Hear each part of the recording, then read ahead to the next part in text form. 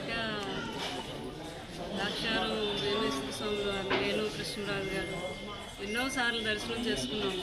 ఆయనకి ఎంతో ఇష్టమైన దేవుడు.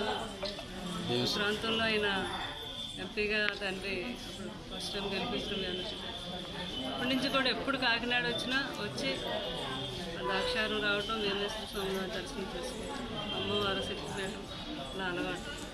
కానీ నేను ద్రాక్షారం వెళ్ళాలి, ఎన్నో సంవత్సరాలు అయిపోయింది. కృష్ణరాజు గారు నేను వెళ్ళలేదని అనుకున్నాను అంతే. కానీ అనుకోకుండా అక్కడ ఏదో కార్యక్రమం అని కాకినాడలో పిలవటం, ఇంట్లో ఓని సెరమనీకి రావటం, అంటే భగవంతుడు నాకు అలాగా పిలుపునిచ్చాడు అనమాట. నమస్కారం. ఏం కావాలని కోరుకున్నారు దేవుని? అది మీ అందరికీ తెలిసిన విషయం. నమస్కారం. పెళ్లి గురించేగా మీ అందరూ అడిగేది. తప్పకుండా బాబుకి పెళ్లి చేయాలని మాత్రం మనస్ఫూర్తిగా పార్వతీ పరమేశ్వరం నేను కోరుకున్నాను.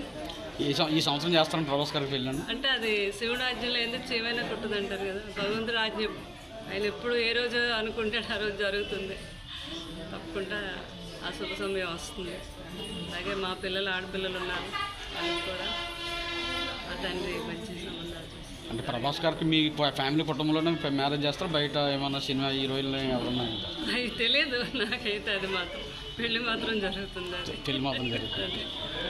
భగవంతుడి ఆజ్ఞ ఉందంతా. చాలా సంతోషం. Thank you madam.